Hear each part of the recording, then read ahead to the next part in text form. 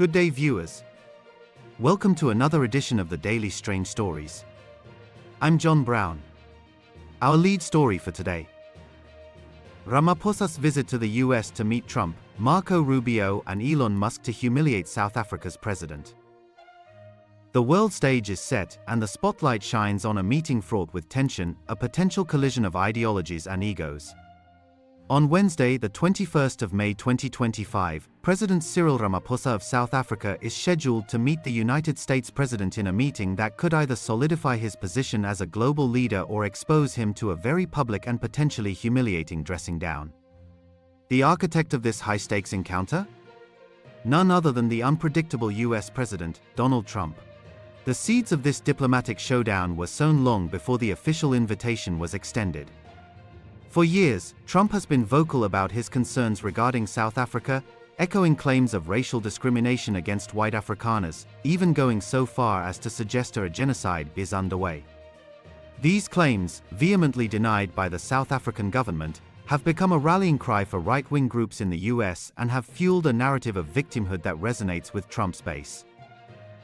Now, with Ramaphosa set to walk into the lion's den, the question on everyone's mind is, what awaits him? Is this a genuine attempt at diplomatic engagement, or a carefully orchestrated trap designed to embarrass and undermine the South African president? At the heart of this complex situation lies South Africa's economic interests. The African Growth and Opportunity Act, or AGO, is a crucial trade agreement that allows South African businesses to export goods worth billions of dollars to the US duty-free. This agreement is vital for the country's economy, supporting key industries like automotive, citrus, and wine. Should Trump decide to revoke or significantly alter AGO, the consequences for South Africa could be devastating. Those familiar with Trump's past behavior have suggested that Ramaphosa should prepare for a potentially hostile reception. Comparisons are being drawn to Ukrainian President Volodymyr Zelensky's less-than-pleasant experience in the Oval Office, a meeting where Trump allegedly pressured Zelensky to investigate his political rivals. The fear is that Ramaphosa could face a similar barrage of accusations and demands, all under the glare of the international media. Sources close to the South African government have indicated that they are bracing for a multi-pronged attack, potentially spearheaded by US Secretary of State Marco Rubio.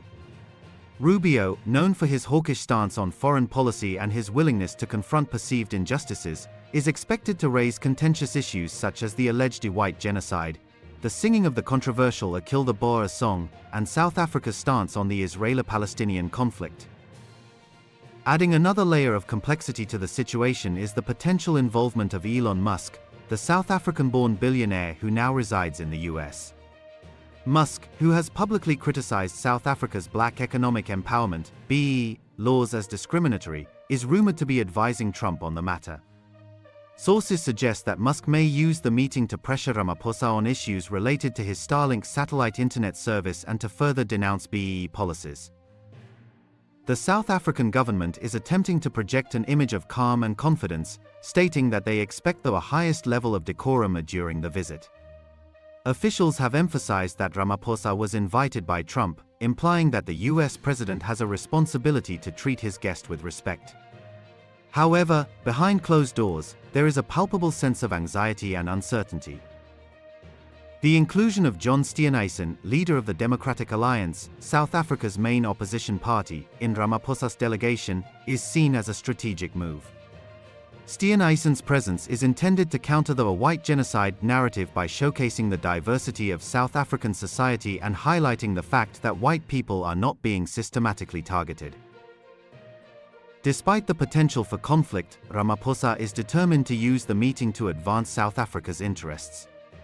His primary goal is to secure a favorable trade agreement with the US, ensuring the continued flow of goods and investment between the two countries. He also intends to address Trump's concerns about BEE and to defend South Africa's policies on land reform and racial equality. Ramaphosa is said to be aware of Trump's penchant for flattery and praise, and he is reportedly prepared to adopt a conciliatory tone in an attempt to build rapport with the US president. However, he is also prepared to stand his ground on issues of principle, particularly when it comes to defending South Africa's sovereignty and its commitment to social justice. The South African government has made it clear that it will not withdraw its case against Israel at the International Court of Justice, despite pressure from the US and other countries. Ramaphosa is expected to reiterate South Africa's position on the conflict in Gaza and to call for a peaceful resolution to the crisis. As the world watches, the stage is set for a potentially explosive encounter between two leaders with vastly different worldviews. Whether Ramaphosa can navigate the treacherous waters of Trump's Oval Office remains to be seen. The outcome of this meeting could have far-reaching consequences for South Africa's economy, its international relations, and its standing on the global stage. Looking deeper, the situation goes beyond just a simple meeting between two presidents. It touches upon deeper, more sensitive issues of race, identity, and historical injustices. Trump's focus on the alleged white genocide in South Africa is seen by many as a deliberate attempt to stoke racial tensions and to appeal to his base of white nationalist supporters. Ramaphosa, on the other hand, represents a different vision of South Africa, one that embraces diversity, equality, and reconciliation. He is the leader of a country that has struggled to overcome the legacy of apartheid and is committed to building a more just and equitable society for all its citizens. In some ways, Ramaphosa's visit to the US can be seen as a symbolic confrontation between these two opposing worldviews. He is not just representing South Africa, he is representing the aspirations of a continent and a diaspora that have long been marginalized and oppressed. The fact that Ramaphosa is also the current head of the G20 adds another layer of significance to the meeting. As the leader of a major global economic power, he has a responsibility to speak out against injustice and to promote international cooperation. Despite the challenges, Ramaphosa possesses certain strengths that could help him navigate this difficult encounter.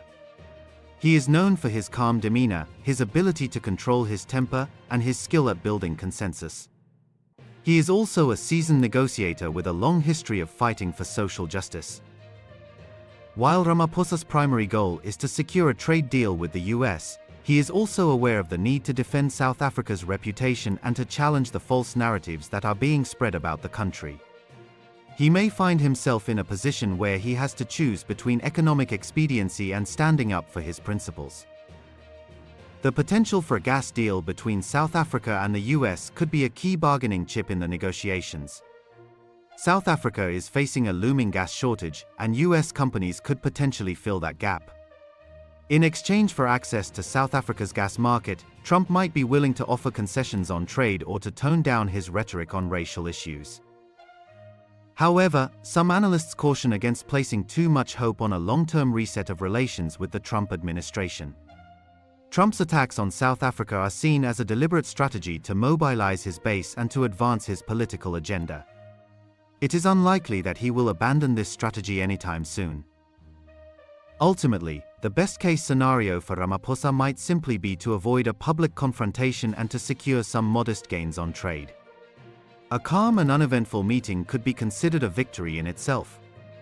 The world is watching, waiting to see whether this meeting will be a triumph of diplomacy or a descent into chaos. Thank you for watching this news video. We'd love to hear what you think about this story, so please leave your comments below. We read them all and appreciate your insights. Join us again in our next strange story. Until then, goodbye.